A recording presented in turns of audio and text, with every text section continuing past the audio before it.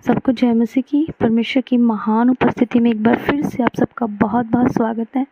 मैं प्रार्थना करती हूँ कि प्रभु आप सबको बहुत आशीष दे। आज का विषय जैसे आपने थंबनेल में देखा होगा कि एक उपवास प्रार्थना कैसी होती है, कैसी प्रार्थनाओं से दुष्ट आत्माएं जाती हैं। आपने 3 ऑप्शंस देखे हैं, 3 इसमें आपने देख लिए हैं कि कैसे कैसे कौन से स्टेप होते हैं जिससे दुष्ट आत्माएं डरती हैं, भागती हैं और थरथराती हैं और हमें पूरी रीति से चंगाई मिलती है। हालेलुया, परमेश्वर की बहुत बहुत तारीफ हो। तो आज हम सीख रहे हैं एक दुष्ट आत्माग्रस्त बालक के विषय में जो आप देख रहे हैं। ठीक है, तो इसमें लिखा हुआ है, लास्ट का हम इसमें वचन देख रहे हैं कि ये दुष्ट आत्माएं बिना प्रार्थना के और उपवास के नहीं जाती। हाँ, ये आत्माएं जो ढीठ होती हैं, आत्माएं बहुत ही ज़्यादा ज़िद्दी होती है, वो नहीं जाती ऐसे।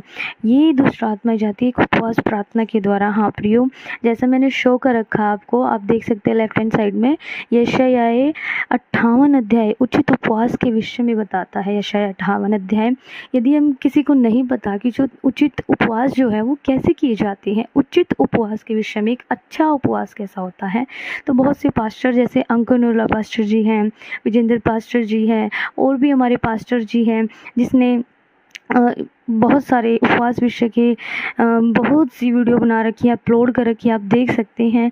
लेकिन परमेश्वर का मैं बहुत धन्यवाद करती हूँ कि प्रभु ने मुझे ये मौका दिया है कि आज हम सीख रहे हैं एक उचित उपवास के विषय में।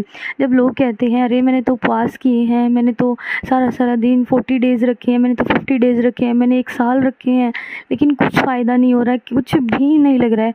नहीं लगेगा जब तक कि हम परमेश्वर के बारे में हम जान नहीं लेते, जब तक हम परमेश्वर को हम बताते रहते हैं प्रभु मुझे ये चाहिए, प्रभु मुझे वो चाहिए, प्रभु मुझे ये चाहिए, लेकिन हम प्रार्थना में मांगते रहते हैं, लेकिन हम ये नहीं जानते कि प्रभु हमसे क्या मांग रहा है। प्रभु अपनी महिमा मांग रहा है, प्रभु अपना आदर मांग रहा है, क्योंकि लिखा है उसके वचन में, जो मेरे वचन को आदर देता है सचमुच में उसे आदर देता हूँ। हाँ प्रियो, जब हम प्रभु को आदर देते हैं तो प्रभु हमें आदर देते हैं और दुगना देते हैं। प्रभु का दिया हुआ आदर फिर कभी भी अनादर में नहीं बदलता।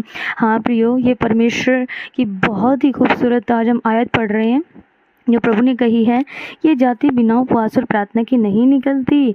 देखो, बहुत से प्रभु के चेले जो थे, 12 चेले थे, आप सब जानते हैं, उन्होंने बहुत प्रयास किया दुष्ट आत्माएं निकालने का, बहुत सी प्रार्थनाएं की, हाथ रखे, लेकिन कुछ नहीं हुआ।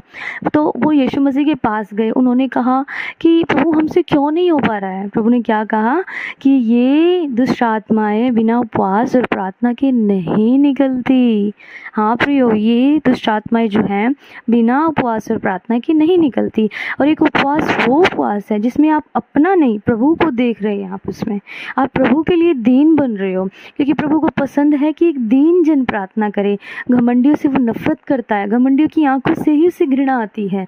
हाँ प्रियो, परमेश्वर एक ऐसा परमेश्वर है जो सचमुच आपको मुझे देख रहा है हर घड़ी, उसकी आंखें हमें ताकती रहती है। मैं परमेश्वर की बहुत आभारी हूँ कि उसने इतना सुंदर समय दिया आज हमें, कि आज हम परमेश्वर के बहुत ही प्यारे कलाम के विषय में सीख रहे हैं। परमेश्वर का मैं आभार प्रकट करती हूँ कि उन्होंने मुझे ये विषय दिया है, उन्होंने मेरे भीतर ये डाला है कि मैं ये शेयर करूँ।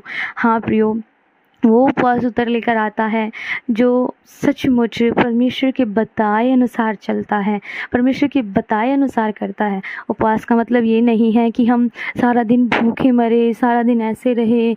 नहीं, प्रभु चाहता है जिस उपवास में हम अपने घुटनों को टिकाकर, सरों को झुकाकर परमेश्वर की महिमा करें, परमेश्वर में खो जाए। जब किसी चीज़ के लिए हम प्रार्थना करते, किसी गिफ्ट के लिए हम प्रार्थना करें, प्रभु हमें ये चाहिए परमेश्वर, तो एक दीन जन के साथ प्रार्थना करें, एक दीन मन होना चाहिए हमारा। हालेलुया। जैसे हम देख रहे हैं प्रेरितों 13 अध्याय उसकी 2 आयत में आप पढ़ सकते हैं कि परमेश्वर ने अपनी सेवा की काम कराए, परमेश्वर ने मनों में डाला। यानी कि उपवास करने के साथ, जब हम उपवास करते हैं एक दीन मन के साथ, तो परमेश्वर हमसे बातें करता है। हाँ प्रियो, परमेश्वर का वचन क्या बयां करता है, आप सबने पढ़ा होगा कि तू मुझसे प्रार्थना कर, मैं तुझे बड़ी और कठिन बातें बताऊंगा जिन्हें तू नहीं जानता। हाँ, जब हम घुटने टिकाते हैं, जो हमें कुछ समझ नहीं आता है, जहाँ हमें कोई मार्ग नहीं दिखता है, वहाँ परमेश्वर यीशु मसीह हमारा हाथ थाम कर कहते हैं कि उठ और खड़ा हो, मैंने तेरे लिए मार्ग को खोल दिया है। हालेलुया। सचमुच परमेश्वर बहुत प्यारे परमेश्वर है। मांगने से पहले ही वो जानते मन की मनसाएं क्या है हमारी। हालेलुया। यानी कि वो हमारे मनों को देखता है परमेश्वर। और सचमुच प्रियो, जब हम इन्हें पढ़ रहे हैं वचनों को, तो आप देखेंगे आपके जो भी टेंशन है वो ख़त्म होती जाती है। जैसे जैसे आप इस वीडियो को देख रहे हो, आप सुन भी रहे हो, तो परमेश्वर का बहुत बहुत धन्यवाद है कि आप सब हमारे साथ हो। हाँ, सचमुच जब हम इसे देख रहे हैं, इसे सुन रहे हैं, तो प्रभु हमारे साथ खड़े हुए हैं। मैं परमेश्वर का बहुत बहुत धन्यवाद करती हूँ कि वो हमारे अंग संग बने हुए हैं, अर्थात वो एक प्रिय परमेश्वर की तरह है और सचमुच सारे कामों को पूरा करता है। वो प्रिय परमेश्वर है जिसे एक जन पाना चाहता है, लेकिन कहीं ना कहीं वो इससे अनजान है कि एक प्यारा परमेश्वर कैसा होता है। सचमुच जब वो पट्टी हमारी आंखों से हटाई जाती है, हम उसे ताकते हैं, तो बहुत ही सुंदर, बहुत सुंदर हमारी प्रार्थनाओं के उत्तर आते हैं। हाँ प्रिय, जिस प्रकार स्तिफनुस परमेश्वर से बातें करता था, आइए हम भी इन वचनों के द्वारा परमेश्वर से बातें करें। आप जानते हैं स्तिफनुस परमेश्वर से बातें करता था और उसकी प्रार्थनाओं के उत्तर तुरंत आते थे, और उसकी प्रार्थनाओं के उत्तर प्रभु सिर्फ ऐसे रूबरू बैठ के बातें करता था, फेस टू फेस जिसे हम कहते हैं, बातें करता था। अभी हम देख रहे हैं मत्ती 4 अध्याय, यीशु मसीह की परीक्षा हुई थी, है ना। हम क्या देख रहे हैं, यीशु मसीह की परीक्षा हुई थी, और वो परीक्षा शैतान की ओर से हुई थी। क्यों हुई थी? आप सब जानते हैं कि यीशु मसीह फास्टिंग में थे, वो उपवास में थे, वो रोज़े में थे, ठीक है, वो उपवास में थे यीशु मसीह, और शैतान ने उन्हें भरमाया। शैतान ने क्या भरमाया कि तू ऐसा कर, तो ये हो जाएगा, मैं तुझे ऐसा करता हूँ, और तू बोल कि पत्थर रोटी बन जाए, तो कंगूरे पर से कूद जा, मैं पृथ्वी का राज्य दे दूंगा। लेकिन यीशु मसीह ने बहुत प्यारे वचनों के साथ उत्तर दिया। हाँ प्रियो, जब हम वचन के साथ प्रभु से बात करते हैं, तो हमारी प्रार्थनाओं के उत्तर 100 गुना फल लेकर आते हैं। हालेलुया। मुझे बहुत खुशी हो रही है ये वचन शेयर करते हुए, क्योंकि परमेश्वर, पाक पिता परमेश्वर हमारी प्रार्थनाओं को सुन रहा है। हाँ प्रियो, मुझे बहुत विश्वास है कि ये जो वीडियोस हैं, इसके द्वारा सचमुच जब ये चैनल, मैं विश्वास करती हूँ कि जल्द से जल्द मोनेटाइज होगा, और मैं विश्वास करती हूँ कि डेली, और 1 नहीं 2 नहीं 3 नहीं, मैं बहुत सी वीडियो डालूँ, और जिसमें परमेश्वर बहुत ज़्यादा आशीष दे, ना केवल मुझे, आप सबको दे, जितने भी व्यूवर्स हैं, सब्सक्राइबर्स हैं, जितने भी वीडियो को देख रहे हैं, या आपके आसपास बैठे हुए जितने भी सुन रहे हैं, मैं विश्वास करती हूँ ये 100 गुना फल लेकर आएगी वीडियो। हाँ प्रियो, सचमुच हम एक दीन मन के साथ जब हम प्रार्थना करते हैं, तो ये जाति जो लिखा हुआ है कलाम में, ये जाति निकल जाती हैं। हालेलुया। यानी कि ये दुष्ट आत्माएं शरीरों को छोड़ जाती हैं। मैं परमेश्वर का धन्यवाद करती हूँ। जब आप ये पढ़ेंगे मत्ती 4 अध्याय, प्रेरितों का 13 अध्याय, यशायाह 58 अध्याय जब आप पढ़ेंगे, और बहुत से ऐसे उपवास के वचन है, जब हम पढ़ते हैं, तो सचमुच हमारी टेंशन एकदम एकदम ख़त्म हो जाती है, माइंड बिल्कुल रिलैक्स हो जाता है। हाँ, जब हम बाइबल को पढ़ते हैं, तो सचमुच परमेश्वर हमें बहुत सी बातें बताते हैं, बहुत सी प्रार्थनाओं के उत्तर देते हैं। जैसे ही हम एक लाइन स्टार्ट करते हैं पढ़ना, तो सचमुच सारी रिलैक्सिंग हमारे माइंड को अपने आप ही चारों ओर से घेर लेती है। हालेलुया।